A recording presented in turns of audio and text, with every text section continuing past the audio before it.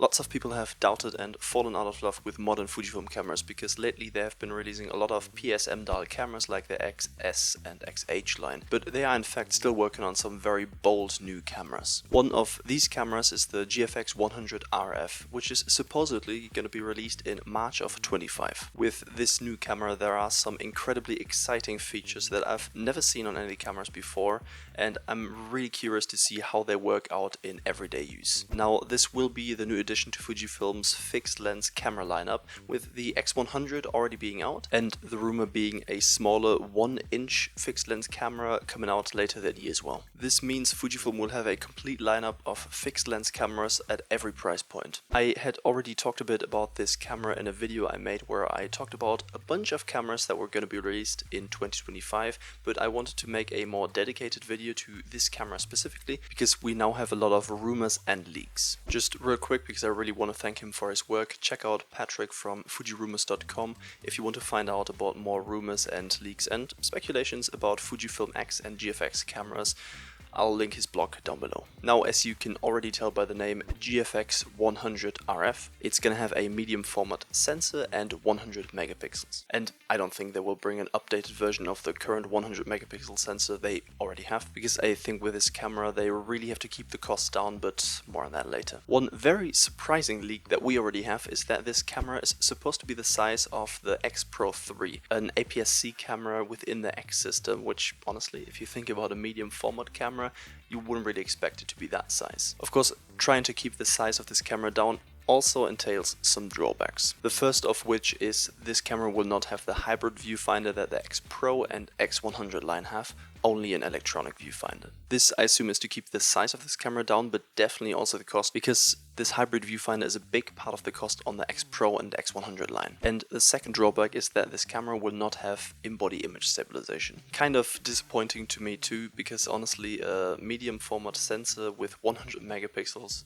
really wants to be stabilized. I mean, I'm curious to see how this camera will hold up in low light conditions, especially with low shutter speed. There will probably be some people that don't mind these drawbacks at all, but I know there will definitely be some people that will be really upset with Fujifilm that they made these drawbacks, concessions with this camera. But you just have to remember, a fixed lens camera isn't really supposed to be a huge workhorse camera like you usually have with the GFX cameras. If the camera is too big, you'll probably not want to lug it around anywhere you go, and honestly with a fixed lens camera I think that's the entire reason of getting one. I mean, not that people don't get these cameras for different reasons, there are probably also some people that want to use this camera professionally. I would assume though the bigger part of people buying this camera will be using this as an everyday camera. Now, probably one of the most exciting parts of this new camera will be a physical crop zoom lever. Meaning, when you're looking through the viewfinder and you feel like you need a different focal length, you can just pull that lever and boom, you have a new focal length. I mean, this is not a new feature, a lot of cameras have had this before,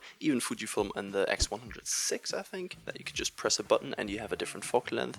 Obviously just zooms in because it uses this high megapixel count, but I have never heard of a lever being used for it.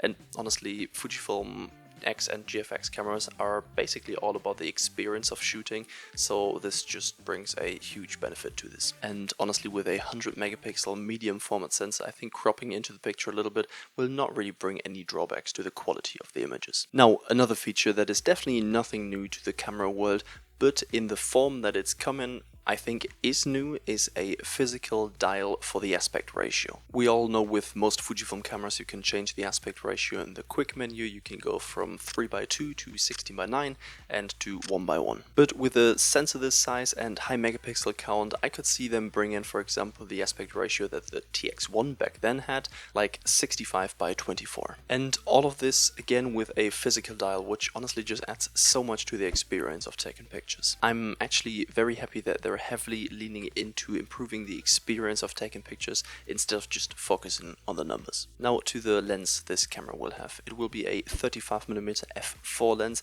In terms of full frame equivalent, that is a 28mm, which is obviously due to the 0.79 crop on the medium format sensor. It's not the most exciting focal length in my opinion, but obviously it makes sense due to the ability to crop with such high megapixel count. I think the lens on this camera will not be a pancake style lens like the X100 series has, because honestly a medium format sensor just needs way more glass. I think it will be similar to what Leica does in their Q series, basically a lens that is proportional to the camera body. Which already brings me to my next point, that I think this camera will be a direct competitor to the Leica Q3, because this camera you basically see everywhere right now on social media, especially due to the Leica Q3 43 being released in late 2024. Now to the actual cost of this lens. 100 megapixel GFX cameras usually cost somewhere in between 5 and 7,000 euros, and that is for the camera alone without a lens. But I think this GFX 100 RF will have to be below 5,000 euros,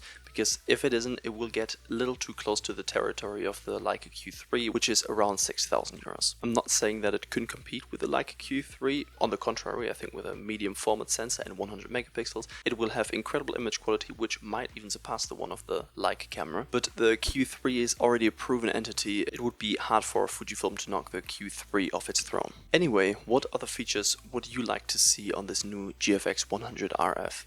And if you want to find out about more cameras that are supposedly going to be released in 2025, check out this video right here.